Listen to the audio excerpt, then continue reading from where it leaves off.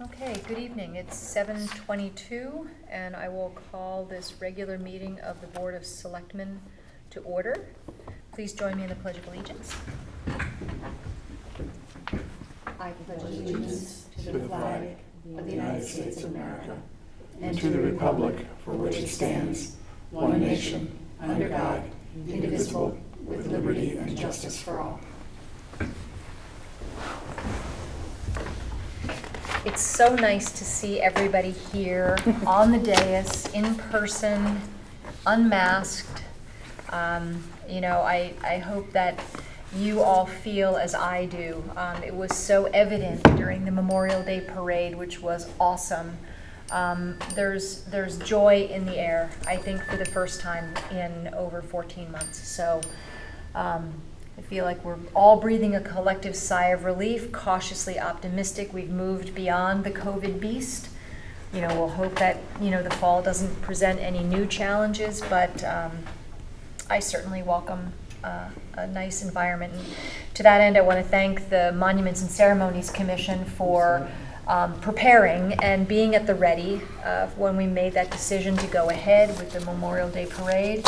It was one of the best. I thought it was extremely well attended. People were happy. So many more people came to the ceremony at the end of the parade too, which was fantastic. So very well done to the Monuments and Ceremonies Commission. I want to welcome our brand new Selectman, Monica McNally, to the board. Certainly a veteran in town government, so I think it'll be a seamless transition for Monica, and we welcome her as a teammate. Welcome. Thank you. Couple of things for me. As you know, the American Rescue Plan funding is beginning to roll out. The state has received the funding from the Treasury. Well, they've received the municipal allocations. They haven't yet received the allocations that would otherwise have gone to counties. But because they've received the monies, they have to make sure they distribute those monies within 30 days to municipalities. So Jen sent in our claim for our first tranche of ARP funding today. Our claim was due to be in by end of day Wednesday, so we're on schedule. And that first tranche is for $3,215,000. The only thing we did was put in our claim, as we were told to, for 50% of our allocation. We didn't have to report anything about a spending plan, just get that request in. And then our second tranche of money will be available to us 12 months from now. We're considered a non-entitlement community, so we get our money through the state of Connecticut. There are pass-through communities that have more than 50,000 people get their money directly from Treasury. The state cannot withhold monies. They can't make any different decisions about how we can use those monies. The Treasury sets out all the rules for us to follow, and Kate and Jen and myself have been participating in webinars and all sorts of things to get us up to speed on what we're going to need to know. WestCog is likely to be hiring a project manager to help WestCog towns understand and how to manage the ARPA funding and to make sure that we all understand what our reporting requirements are. Kate and Jen and I met today to talk through some logistics about what our process should be, and hopefully we will bring to you a recommendation sometime in the very near future. I will likely be recommending that we undertake a process similar to what CCM has done. They have seated an advisory committee with a very broad group of stakeholders. So I will likely be recommending that we do something similar. It will include people from town government, all different boards and commissions in the RTM. It will also include people from the community, from the business community, the nonprofit community, emergency response community, and a host of other things. The good news is that we don't have any time pressure on spending this money. So I think it's more important to be very transparent, to put together a really thoughtful process on how to come up with a spending plan. I think we're going to have a fair amount of latitude, but everything has to tie back to impacts from COVID, and then how the money is spent will actually address those impacts. What kind of outcomes can we predict that will come from the expenditure of those monies? So more to come on that. I'm keeping John Zagrodzky up to date on all of this stuff as well. David, thank you for noticing the Goose's outdoor dining. So all the I's have been dotted and the T's have been crossed, and all the necessary approvals have been received, and I retroactively approved the Goose for outdoor dining. We would have done that anyway, but right. I'm totally for it. I'm happy to see it. I will be a regular user of it. Yes. But there are the regular procedures that need to go through, and I figured it would pass if the procedures, if it had gone through that channel. So correct. Okay. And I think it did go through those channels. I think there was one channel that got skipped in that process. Okay. So great. Today we finally received our STEEP grant from the state of Connecticut. Contract for our STEEP grant for Highland Farm. So that's really good news. We'll sign that and we're good to go.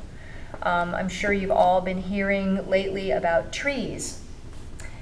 Trees on Sedgwick Avenue that had to come down as part of our sidewalk maintenance program for pedestrian safety, and the trees on Littlebrook Road.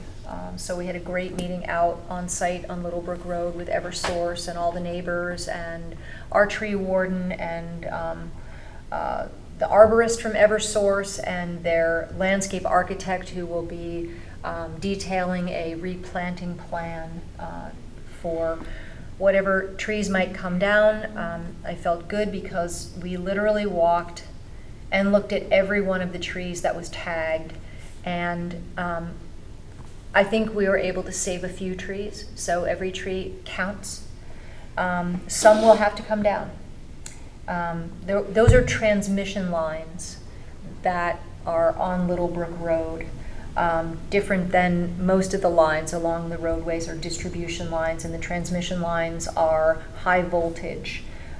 So there's a different sort of area around those that needs to be cleared. But it's raising some really interesting conversations, and there's renewed interest in discussing what it costs to bury power lines. And I'd like to revisit that issue.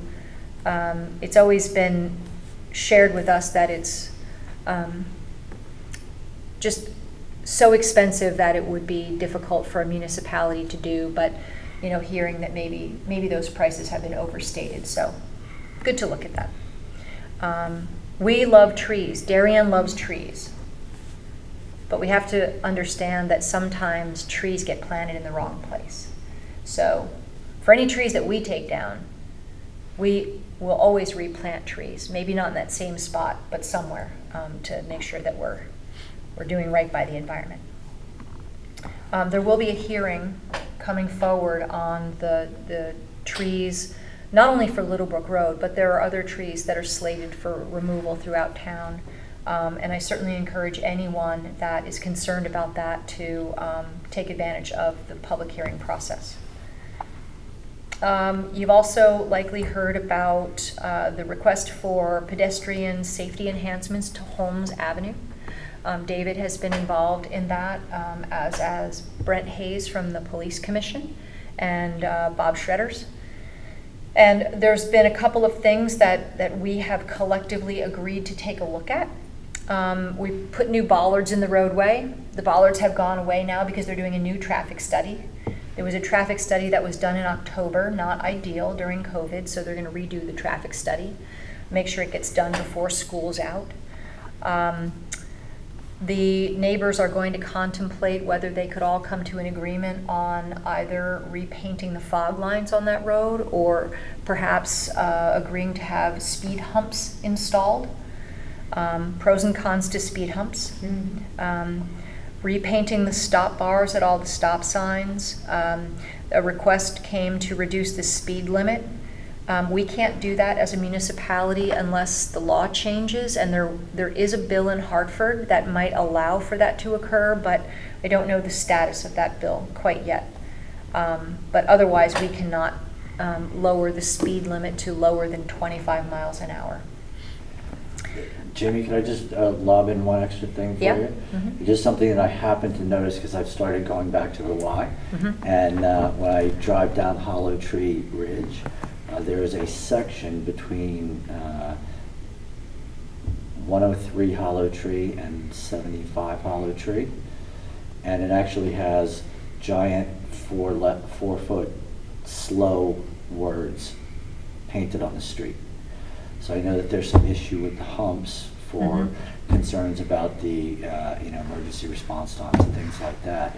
I don't recall us ever talking about doing something like that, or whether that's a possibility. I don't recognize those from any other place around town, not that I know of at least. But I thought it was an interesting thought as a potential other thing.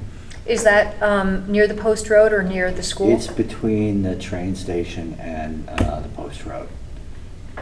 Okay. If you remember, Okay. Hollow Tree Yep. sort of has like a sort of a semi-sharp bend in that area. Yes, yep. And there, once upon a time, there had been an accident back Yep. in Oh, that- yes, in the that- car into in the that house. area. Yep. So those slow signs, they sort of bracket the corner. Yep. So I don't know if that was specific just to the hazard of the corner per se. Yeah, there could be some things that can be done based on the geometry of a roadway. So certainly one thing to take a look at. To be honest, I think that sometimes we think that signs are helpful, and people ignore signs. They just stop seeing them. You know Yeah, what I mean? That's fair enough. Fair enough. Yeah. But we can certainly add it to the list, because there's a long list here. The area of Holmes Avenue and Intervale Road is of particular interest. The neighbors originally wanted a crosswalk there. The police had initially determined that a crosswalk isn't appropriate based on the limited number of crossings of people in that area. But we've asked them to take a look at that again, and maybe we could do bump outs and stop signs, which could be, depending on the traffic volumes, and if the LTA, Local Traffic Authority, agrees, that might be one possible idea. Also, crossing guards might, if there are enough students that cross that intersection, the neighbors might be able to request crossing guards. Ed Gentile's going to look at what it would take to complete the sidewalk on Holmes Avenue on the east side to connect up to Middlesex Road. And then last but certainly not least, and I think really fun for this board to contemplate, is a Slow Down Around Town campaign. I love that. Yeah, All I about do it. too. And Sarah, I think I'd love to reach out to you because you may have some more expertise. I've reached out to the Darien Foundation I'd be happy to help and try anyway. and find some folks who are kind of more experienced in doing those large campaigns. Yeah. I think people would be really happy if we did that. Bicentennial celebration has restarted, which is fantastic. The Bicentennial birthday bash, Saturday night instead of Friday night. Boy, they had the picture perfect evening for that event. Congratulations to the Bicentennial Committee for their patience and perseverance over the last year, and to the Parks and Rec Commission for a wonderful event. Anniversary Day is on June 12th. So that will be technically our 201st anniversary, but we'll be celebrating our bicentennial on that day. And then I'm very excited about Heritage Day on October 23rd, which is going to be a collaboration of the Darien Museum, the First Congregational Church, and the Mather Homestead. And we're going to have a reenactment by the 5th Connecticut Regiment that day. So that'll be fun and exciting. And last but not least, we've asked to convene a technology committee. We need 3 at-large members. We have interest from 2 people. I've got 2 resumes. So if there's anybody listening who would like to volunteer as an at-large member to the town's technology committee, please send your letter of interest and a resume to the Selectmen's office. That's it for me. Thank you. At the last meeting, David, you had asked for an update on Highland Farm, so Jamie took away my big. Sorry. So the original budget for the improvements was $609,000. We had an additional $46,059 approved last month. The steep grant is $92,000, so that totals $747,059. To date, $632,249 has been expended. There's another $22,600 encumbered. The balance of $92,000 is all grant funds. And those are restricted specifically to the implementation of the landscaping plans, the site work, the plants, purchasing the plants, and planting the plants. So we did receive the contract at 3:15 today.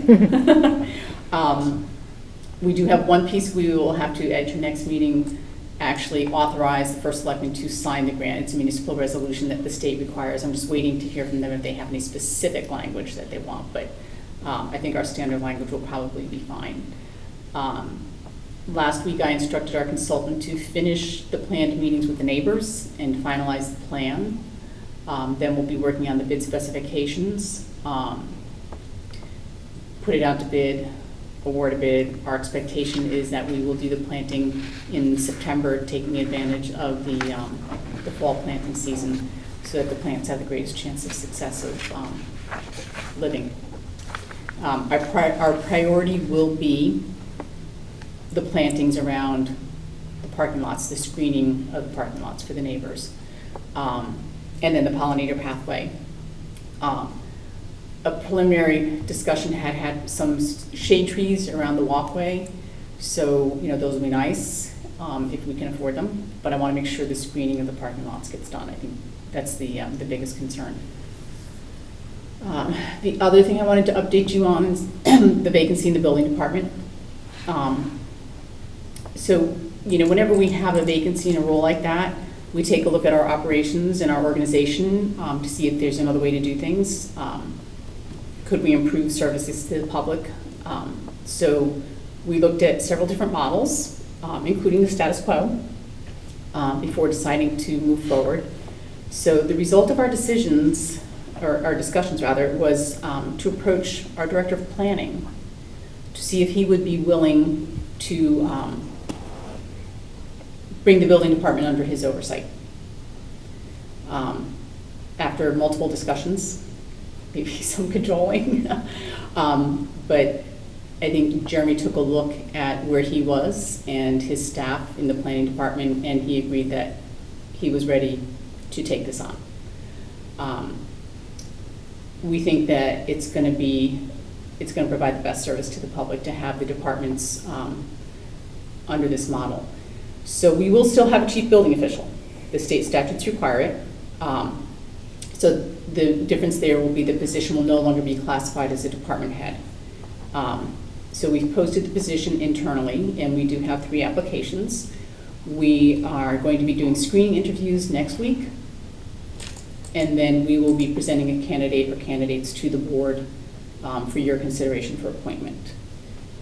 And as you might expect, at the same time, we're looking at the structure and planning and zoning. As Jeremy will be taking on new duties, we're going to consider how that will impact the planning side and what's the best way to address that. So I'll update you as appropriate when we make decisions in that regard. And that's it. Have other towns followed that same kind of pathway? Yes, that was one of the things when we met to start looking at it. We looked at what other towns were doing.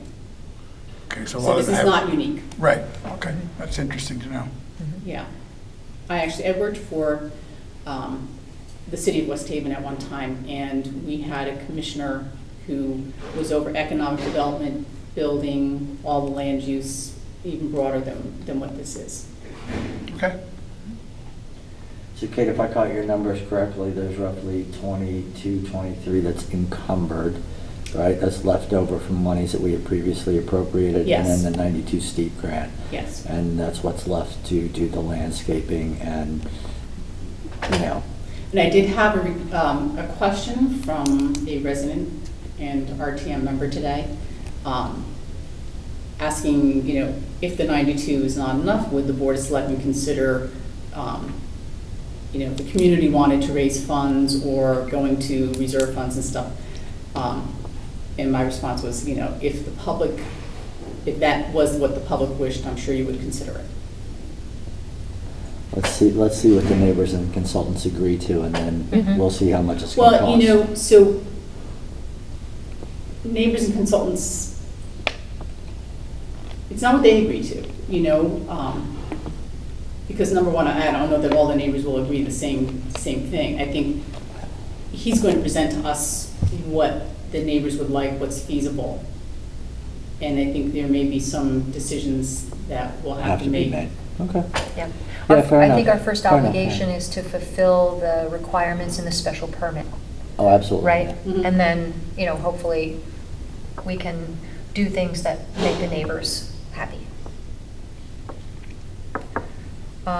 Okay, great, thank you. Board liaison reports. Sarah, anything from Thriving Youth? I do have one.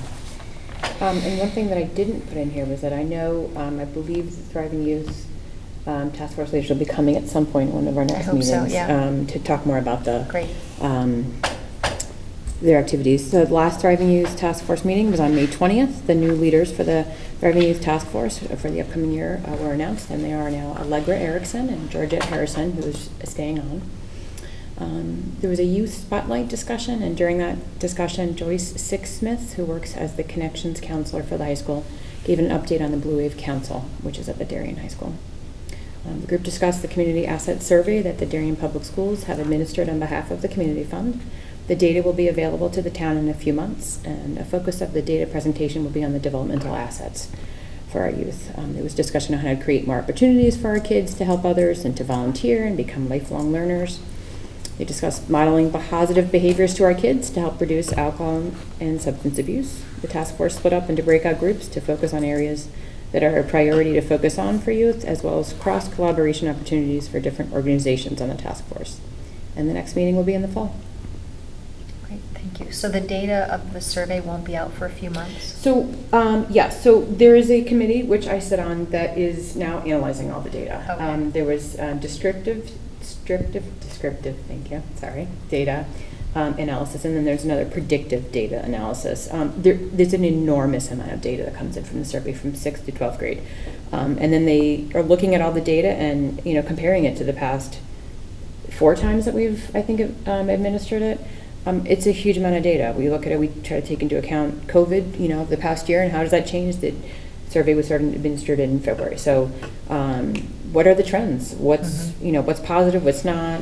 What needs to change if you know, this particular substance is not being used? What do we now focus on? What is happening? Mental health is an issue. These kids, that's becoming more and more apparent. And of course, COVID, you know, maybe the outlier, it may be a new trend, and we need to start looking at. So there's an enormous amount of data as they kind of slice and dice and look at how to use it best. So I find it interesting, but Yep. I think coming to present in front of us will be the Thriving Youth Task Force leaders, and I think the full kind of report will be coming out to the town, but it's fascinating. Yeah, I will look forward to, Yeah. I think we should schedule their presentation Yeah. to us when they have that data Yeah. ready. Yeah, Okay. I love Awesome. that. Okay, thank you. We'll go to David. We meet on Wednesday. Okay, great. Thank you. Kip? Okay, on Saturday, May 22nd, we had a groundbreaking ceremony at the site of the new construction of the new school.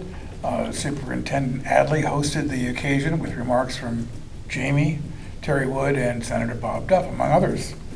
There was a tour of the building site led by George Krakowski, who is the project manager of the O&G AP Construction joint venture, and George answered a whole bunch of questions and provided information which not many of us knew what to ask. It was very helpful. Through the 3rd of June, The town has paid over $8.2 million of invoices for this project, with another $1.6 million to be paid this week. Construction activity is principally paid 1 month in arrears. Other things like insurance, and that's paid whenever it is presented. Of the $8.2 million paid so far, almost $7 million is in the construction costs. Through the end of April, the site work was 38% complete, and the construction of the academic wing was 22% complete. Remember, we have a third project called the assembly wing, which is the gymnasium and the cafeteria, and that's not going to be started until next spring. I will have progress reports through the end of May by the 17th of June, and we'll update the Board of Selectmen at our June 21st meeting as to where we stand. But so far, we're making progress, and have we had some hiccups? Sure. We found out that the existing power cable to the school, 13,000 volt cable, is not buried. I mean, it's not cut in conduit. It's called direct burial. Ooh. And we could not, they would not turn off that power line for us because they were afraid that if they turned it back on, water would get into it and it would blow up. So we worked around that problem. So there's always something like that happens on a project like this. So, but we're making progress. It's exciting. Yeah. I have it written out for you, Kate. Okay, thanks. Okay, thank you all very much. Kate, do we have, well, obviously no one's here for public comment, but I do we have have any received none. today? Okay. Great, then we will move on to new business. Discuss and take action on a recommendation to appoint a multi-purpose hearing officers. So you may or may not know that certain of our ordinances require hearing officers. False alarms, parking, snow removal. So anytime a citation is given, just like Blight has a hearing officer process, but we didn't include Blight in here, did we? And there have been individual people appointed to adjudicate the hearings for each of the parking, false alarms, and snow removal ordinances. I'd like to recommend that we combine the job descriptions for all three of those things and create a small group, maybe a group of 3 people that could take turns, alternate, meet 2 people together when they have the hearing process.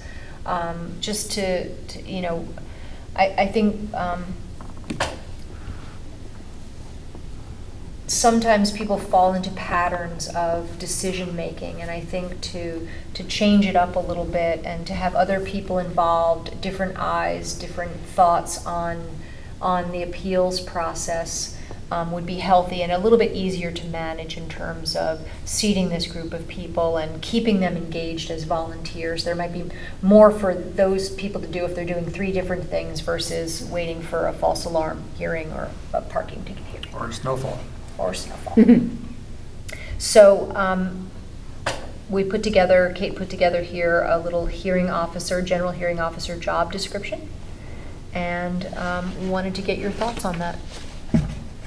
First on the idea, and then the job description as it's been presented. So, Jamie, if you have Yeah. 3 people, do you need to have a majority rule or anything like that? They could each operate independently. They could. Yeah. The concept was more that we have a number of people available to Right. do hearings rather than trying to, jam everybody into, 1 month or, So, yeah, not as a council, more as a. Right. Oh, got it. So, Okay. and we don't really necessarily have to set a number of people here. We can accept applications from whomever is interested, and if 5 people wanted to serve as a hearing officer, we could approve them to serve in that capacity. This is a 1-year term? 2-year term. 2-year term. Mhm. I think it makes sense. Yeah. And you would ones who put- can't do it are cops and parking meters. Right, yeah. So this would not be where they would have to meet together to act jointly, No. like No. with a quorum or anything No. like You that? just need one Maybe, hearing officer. When Yeah. you request a hearing for any one of the 3 purposes, one of the officers, whoever it may be, will be assigned to the case. Right, I mean, we could set something up where, you know, they rotate, they each take a week, they each Mhm. take a month. But right now, we have one parking ticket hearing officer and one false alarm officer, hearing officer. We don't actually have a snow Snow removal hearing officer. So it would, you know, it's a way of sharing the burden, and like Jamie said, getting fresh eyes on it. And Yep. It's also a really great opportunity if there are lawyers in our community that want to do, you know, volunteer in a very small way. It's a great way to give back. Some communities do use retired or, you know, lawyers that are looking to do community service in that way. So I'll throw that out. Will blight be put in this? I would say not. No. I don't, not blight the is a same very, kind of thing. very different kind of an animal, in my opinion. Yeah, this is, you know, you got a ticket. Yeah, it's not, you know, blight ends up with liens and litigation potentially. I would, at this moment, I would be inclined to keep it separate. Okay, David, but I would take your, No, I think, Opinion on that? I think you're right because of the process and everything like that. The blight officer goes out and reviews all the individual properties, then reports on the individual properties to the board, and the board determines what actions should be taken accordingly.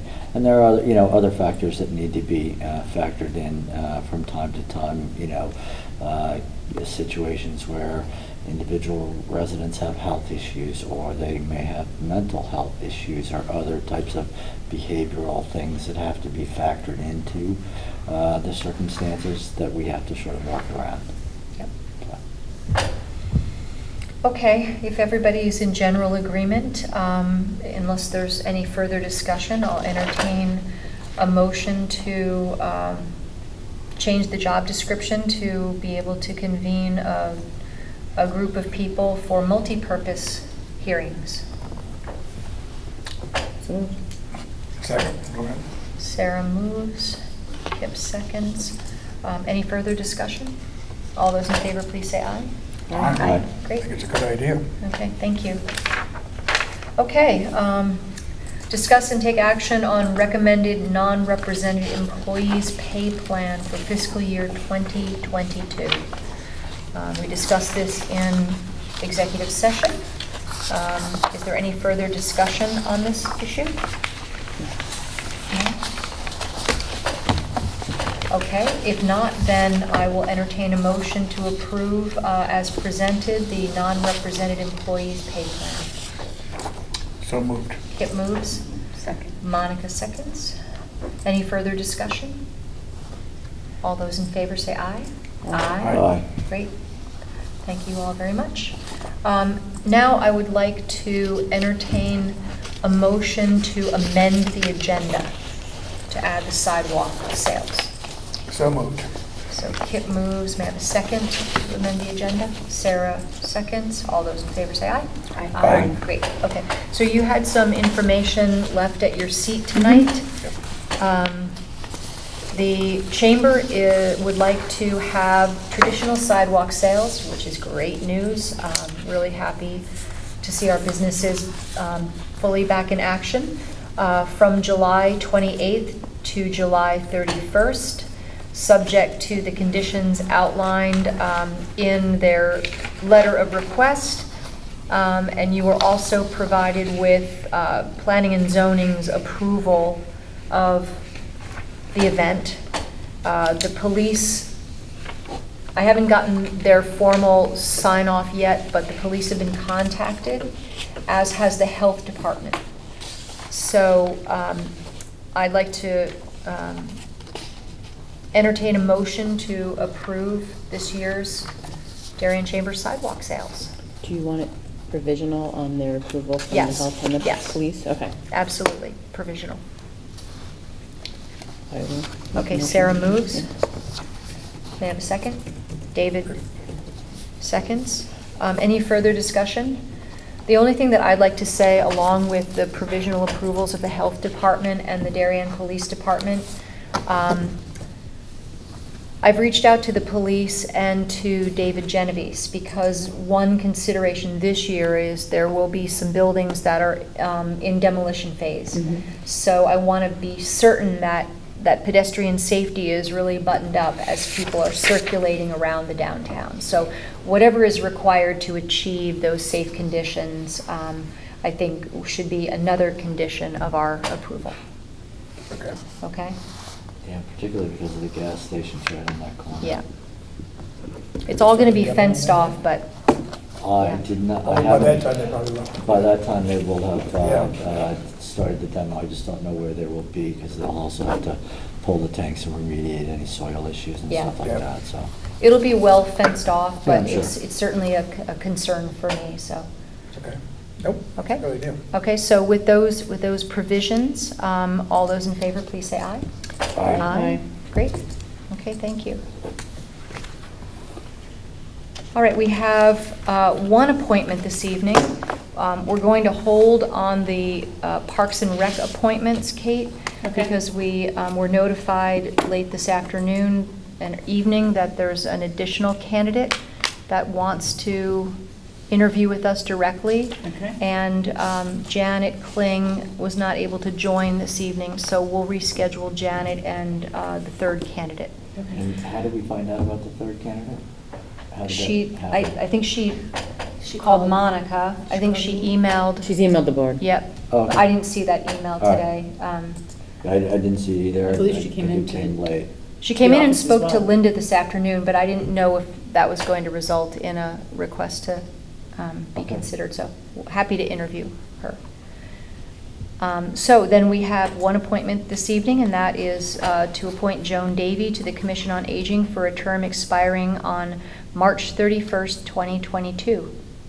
Sarah moves. May I have a second? David seconds. All those in favor, please say aye. Aye. Aye. Great. Joan will be a great addition. Okay. We have meeting minutes of our special meeting of May 17th. I'll entertain a motion to approve. So moved. Kip moves. May I have a second? Sarah seconds. All those in favor, please say aye. Aye. Aye. I will assume that you will abstain. Okay. Great. Thank you.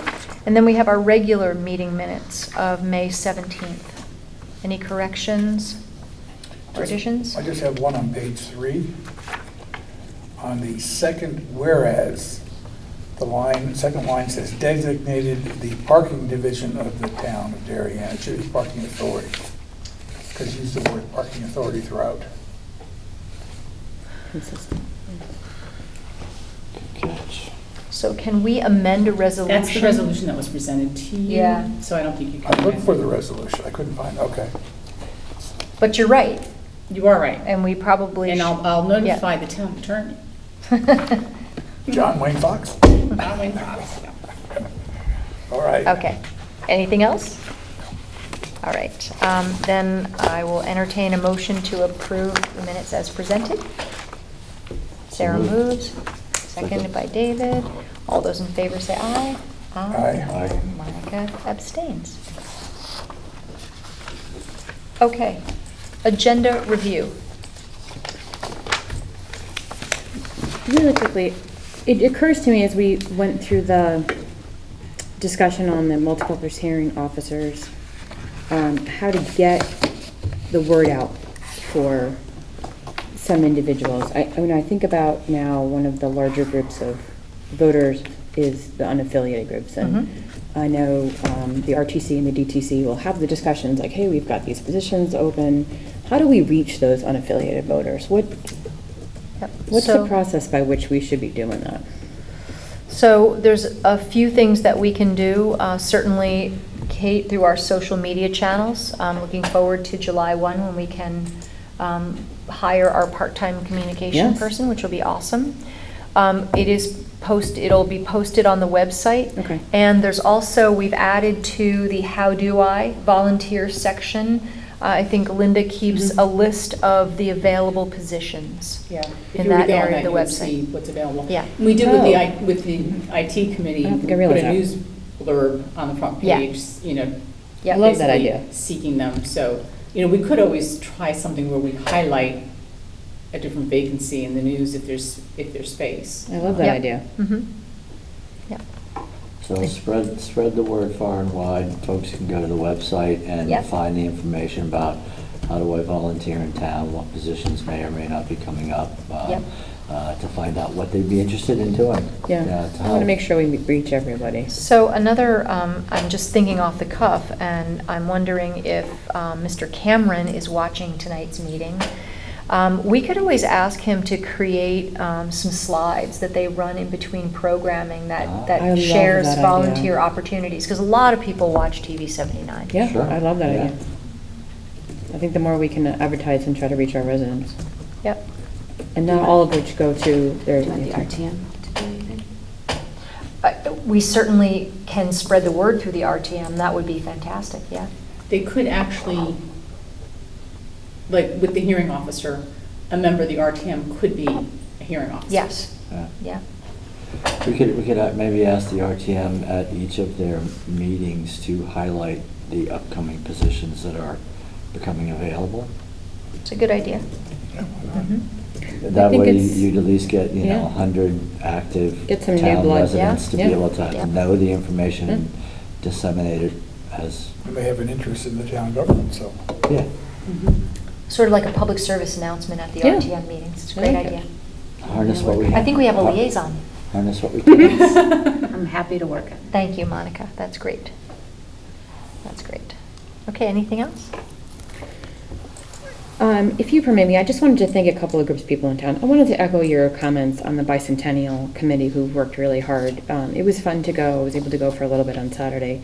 It was such a happy gathering. There were hundreds of residents there, and it was a beautiful weather night. I know it was a bummer that they had to change the nights, but it was just, everyone had a smile on their face, and it was lovely. So I want to thank them for that. And also for the residents and businesses in town that are supporting the residents and the Pride community. All the rainbows have been fun to see as we drive around town, so thank you so much. Anything else for agenda review? No? So Monica, so you know, this is our point in the agenda. You're not limited to bringing forward items that you want the board to discuss in this part of the agenda. You can contact me or Kate at any point in time to say, hey, there's something that I'd really like for us to discuss in the future, and we'll put it on a future agenda. Okay, Okay? thanks. Sure. Okay, I'll entertain a motion to adjourn. David moves. May I have a second? Monica, would you like to? Second. Monica seconds. Okay. Thank All those in favor, please say aye. Aye. Aye. Great. You gotta be quick. Okay.